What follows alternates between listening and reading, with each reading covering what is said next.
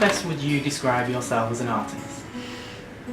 That's a really hard question because I think, you know, as an artist, I like to try and think that I'm honest about what I write, and I like to think that my music is something that people can relate to. I mean, I'm not really the kind of person that writes love songs, I don't know if you've noticed.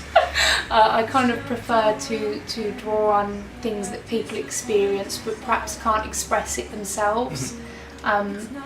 As obviously I got my inspiration from Martin Gore, who people are probably sick of me talking about now.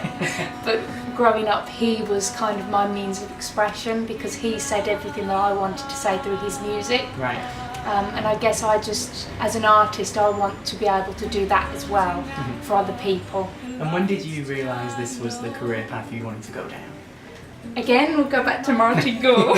I was quite a troubled child. I was somewhat a demon child, and it was very hard for me to kind of live in a world that can be quite cruel sometimes. And music was my release. Music became the thing for me that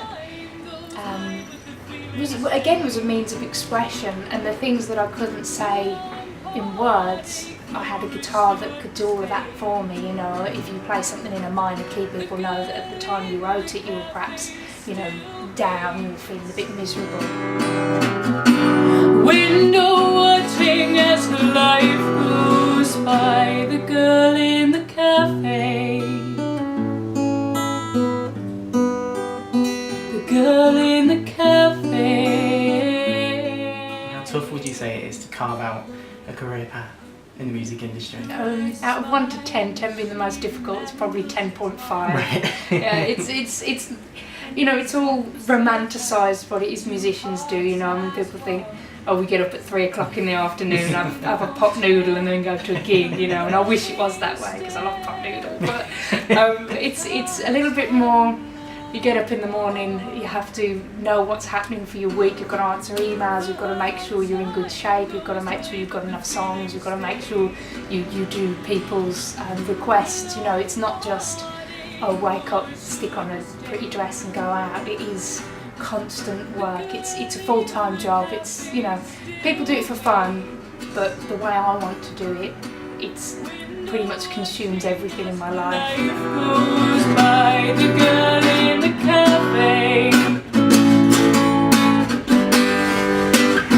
the girl in the cafe. You seem to release your new single and EP, The Healing. That's right. What creative process went into that? A lot of anger went into that.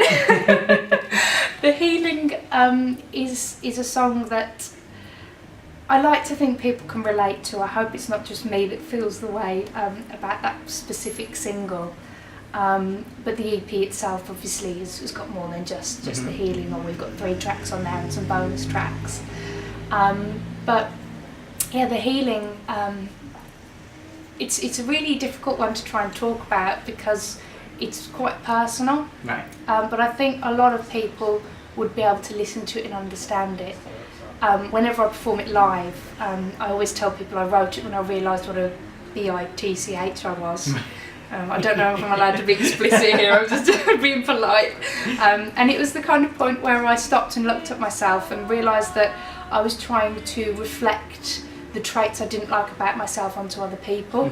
I suppose I was kind of at a point where I was unhappy with myself.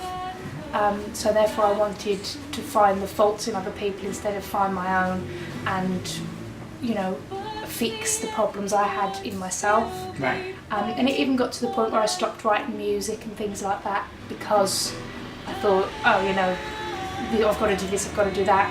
And The Healing was the song that helped me to return to the roots of my music and find myself again. At making excuses, your excuses are useless. Will you and the band be touring anytime soon? We will, yes. We've actually got 2 dates for our EP launch already. One will be at the Slade Rooms on August 28th. Brilliant. And the other will be at the Sunflower Lounge in Birmingham on September 13th. Okay.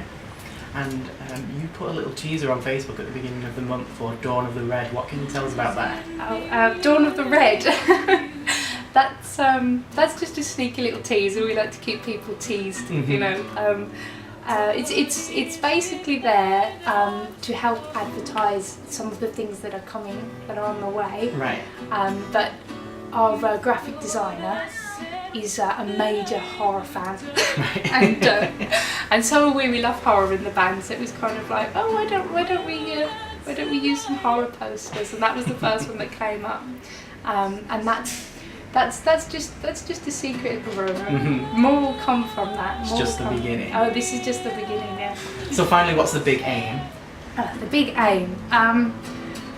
I don't want to sound too cheesy when I say this, but I think anybody who goes into the music industry, whether they're, you know, just playing ukulele in the bedroom or whether they're out getting gigs every night, I think the main aim for anybody is to, you know, be famous, whatever that means. I'm not quite sure what that means yet. And of course, you know, that's my goal as well, is to be successful on a level where, you know, I want to be able to walk through the streets of Japan and everybody be like, oh my gosh, it's Rose Red, you know, that would be great, you know. But I think for completely selfish reasons, yes, I do want to be famous, but at the same time, my main aim is to make sure my music's heard, not for myself, but for people who've struggled like I struggled. You know, I was in a really, really difficult situation in my life, and like I say, if I hadn't found Martin Gore, I really don't know where I'd be. And so I want my music to help people in the way it helped me. You know, and I don't want to preach, I don't want to be anything like that. I just want people to be able to realise through my music that, you know, it is okay to be angry. You know, the healing's about, you know, being a bitch, that's what it's about. So I want people to be aware that, you know, you have these feelings, but you're not the only one that has these feelings. I have these feelings, your mum had these feelings when she was your age, you know what I mean? It's I write about who I am and what I am, and I'm a human being. And everyone else in the world is a human being, apart from, you know, critters and dogs and things. They're not human beings, but, you know, we're all human beings and we all experience very similar emotions. So why not sing about them, just so that people know, you know, you're allowed to feel that way. You know, there are no rules to being a human. You know, you're allowed to feel lousy, you're allowed to feel angry. As long as you're not going out, you know, hitting people around the head with a baseball bat, you know, you're okay. But, you know, it's. I want my music to be successful and famous because I want people to experience music in the way I did, and I hope one day that people do. Brilliant. Well, thank you very much. Thank you. Hearing what we want to hear. Only hearing what we want to hear. Nothing stated, nothing